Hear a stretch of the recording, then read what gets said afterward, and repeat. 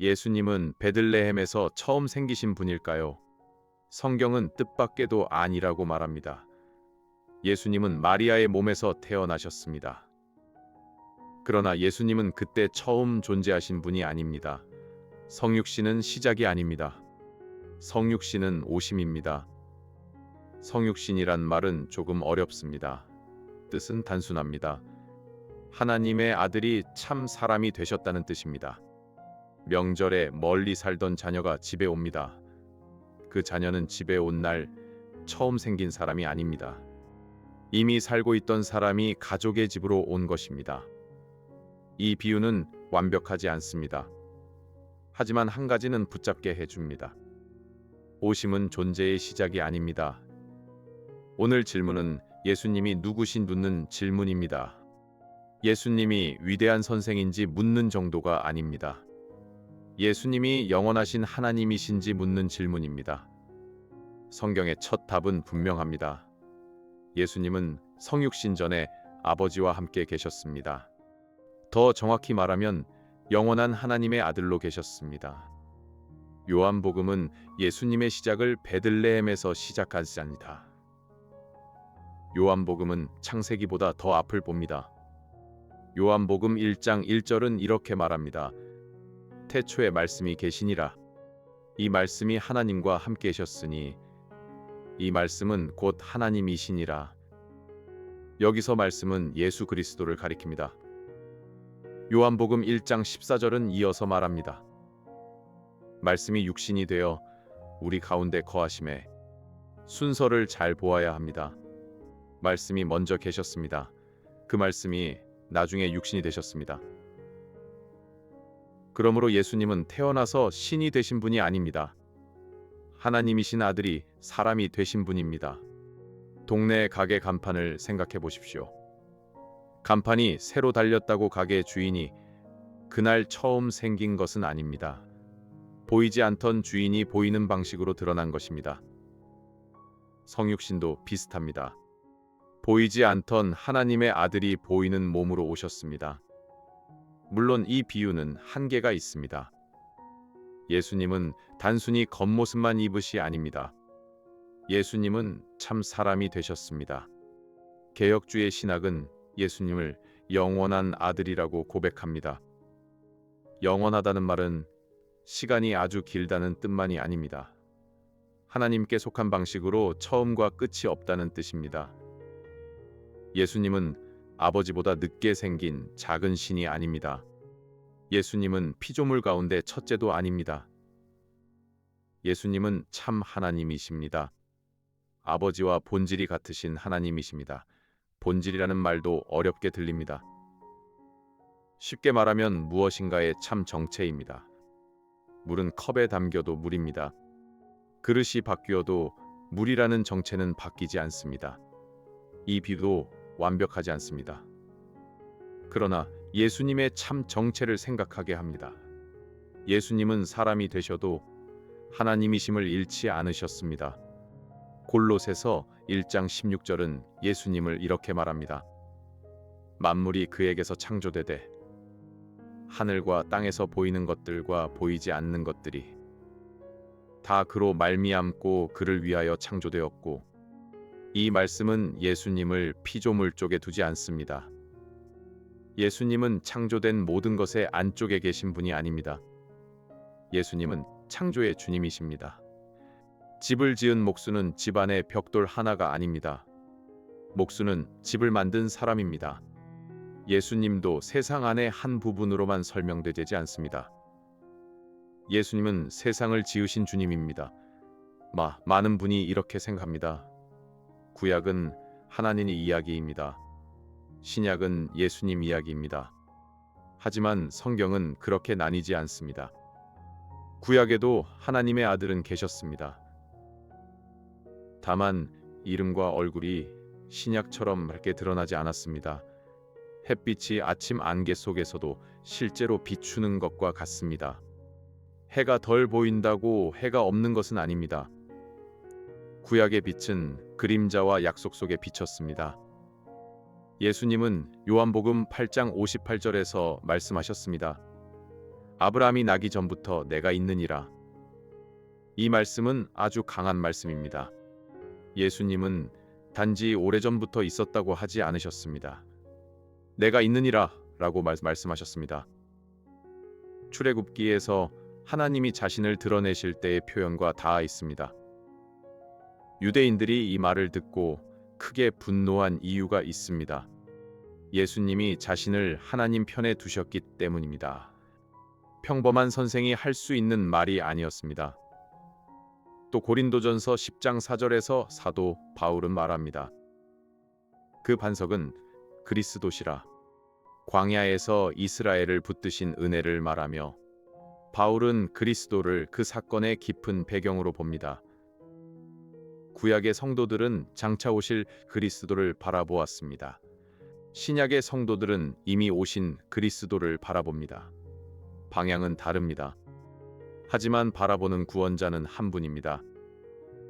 예수님이 성육신 전에 계셨다는 말은 복음의 뿌리입니다. 예수님이 단지 훌륭한 사람이라면 십자가는 감동적인 죽음일 뿐입니다.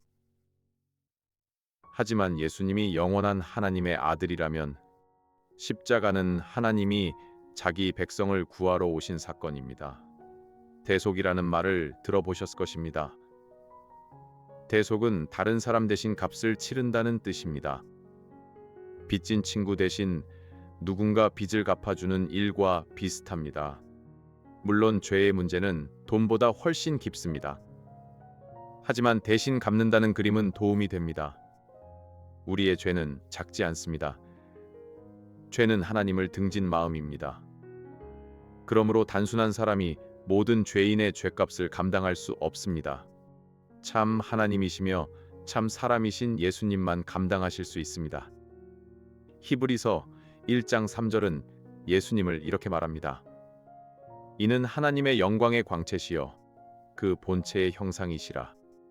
그의 능력의 말씀으로 만물을 붙드시며 예수님은 하나님을 조금 닮은 분이 아닙니다. 예수님은 하나님의 영광을 완전하게 드러내시는 분입니다. 그러면서 우리와 같은 사람이 되셨습니다. 그래서 예수님은 하나님과 사람 사이의 중보자이십니다. 중보자라는 말은 사이에 서는 분이라는 뜻입니다. 두 집 사이 담장이 무너졌을 때를 생각해 보십시오. 누군가 양쪽 말을 듣고 길을 열어 주어야 합니다. 예수님은 단순한 조정자가 아닙니다. 예수님은 하나님께 우리를 데려가시는 구원자입니다. 어떤 분은 이렇게 말합니다. 예수님이 하나님이라면 왜 기도하셨습니까? 아버지와 함께 계셨다면 왜 아버지께 순종하셨습니까? 이 질문은 중요합니다. 기독교는 예수님이 아버지와 같은 분이라고 말하지 않습니다. 기독교는 아버지와 아들과 성령이 한 하나님이라고 말합니다. 세 위격이 계시지만 하나님은 한 분이십니다. 위격이란 말은 어렵습니다. 쉽게 말하면 서로를 향해 사랑하고 말씀하시는 구별입니다. 아버지는 아들이 아니십니다.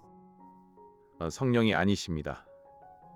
그러나 세 분은 한 하나님이십니다. 이 신비를 삼위일체라고 부릅니다. 삼위일체는 하나님이 셋이라는 뜻이 아닙니다. 한 하나님 안에 아버지와 아들과 성령이 계시다는 고백입니다. 가족 식탁을 떠올려 보십시오. 아버지와 아들과 어머니는 서로 말하고 사랑합니다. 하지만 이 비유는 삼위일체를 설명하기에 부족합니다. 하나님은 가족 세 사람이 모인 것과 같지 않습니다. 그래도 관계라는 점은 조금 도와줍니다. 성경의 하나님은 외로운 한 존재가 아닙니다. 영원부터 사랑의 교제가 있으신 하나님입니다. 또 어떤 분은 이렇게 말합니다. 예수님은 나중에 교회가 신으로 만든 것 아닙니까? 그러나 신약 성경의 가장 이른 고백들도 예수님을 높입니다. 빌립보서 2장 6절은 예수님을 말합니다. 그는 근본 하나님의 본체시나 하나님과 동등됨을 취할 것으로 여기지 아니하시고 초대교회는 예수님을 천천히 신격화한 것이 아닙니다. 초대교회는 부활하신 주님을 만나고 예배했습니다. 그들은 유대인이었습니다. 그들에게 하나님 아닌 대상을 예배하는 일은 끔찍한 죄였습니다. 그런데도 그들은 예수님께 경배했습니다. 그 이유는 하나입니다. 예수님이 하나님이심을 보았기 때문입니다. 예수님이 성육신전에 계셨다는 사실은 위로입니다. 우리 구원은 급하게 만든 임시 계획이 아닙니다. 하나님은 영원 전부터 자기 백성을 사랑하셨습니다. 그리고 때가 참의 아들을 보내셨습니다. 갈라디아서 4장 4절은 이렇게 말합니다. 때가 참에 하나님이 그 아들을 보내사 여자에게서 나게 하시고 율법 아래에 나게 하신 것은 보내셨다는 말이 중요합니다. 없는 분을 만들어 보내신 것이 아닙니다. 이미 계신 아들을 보내셨습니다. 이 말 속에 복음의 따뜻함이 있습니다. 겨울 아침에 가족이 출근하는 사람을 위해 국을 데워둡니다. 그 작은 준비에도 사랑이 담겨 있습니다. 하나님의 구원 계획은 그보다 훨씬 깊습니다. 성부 하나님은 아들을 보내셨습니다. 성자 하나님은 기꺼이 오셨습니다. 성령 하나님은 우리 마음에 그리스도를 믿게 하십니다. 그러므로 신자는 혼자가 아닙니다. 예수님은 멀리 있다가 우연히 우리를 발견하신 분이 아닙니다. 예수님은 영원부터 아버지와 함께 계신 주님입니다. 그 주님이 우리 죄와 죽음 안으로 들어오셨습니다. 기도할 때 이 진리를 붙드십시오. 내 기도를 듣는 분은 잠깐 나타난 선생이 아닙니다. 영원한 하나님의 아들이십니다. 말씀을 읽을 때도 이 진리를 붙드십시오. 성경의 중심은 처음부터 끝까지 그리스도입니다. 오늘의 질문에 대한 답은 이렇습니다. 예수님은 성육신 전에 아버지와 함께 계셨습니다. 예수님은 영원한 하나님의 아들로 계셨습니다. 그리고 때가 찾아 우리를 위해 사람이 되셨습니다. 이 진리는 머리 지식으로만 끝나면 안 됩니다. 오늘 조용히 물어보십시오. 나는 예수님을 좋은 선생으로만 대하고 있지는 않은가? 아니면 영원한 주님으로 믿고 따르고 있는가? 이 영상은 보수적 개혁주의 신학의 입장에서 제작된 변증학적 콘텐츠이며 모든 신학적 견해를 대변하지 않습니다. 본인의 신앙 공동체 및 목회자와 함께 묵상